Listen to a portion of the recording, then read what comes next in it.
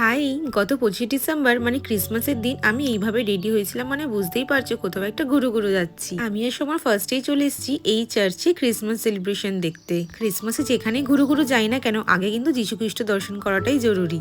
জানো তো, আমি এর আগে চার্চের ভিতরে কোনোদিন যাইনি, বাইরে থেকে দর্শন করে চলে এসেছি, কিন্তু এবার সুযোগ পেয়েছিলাম চার্চের মধ্যে বসে একটু প্রেয়ার করা। তো সেই সুযোগটাও আমি ছাড়িনি। ভীষণ শান্ত লাগছিল, পরিবেশটাও খুব শান্ত ছিল, খুব সুন্দর ছিল, সাজানো গোছানোটাও বেশ সুন্দর ছিল।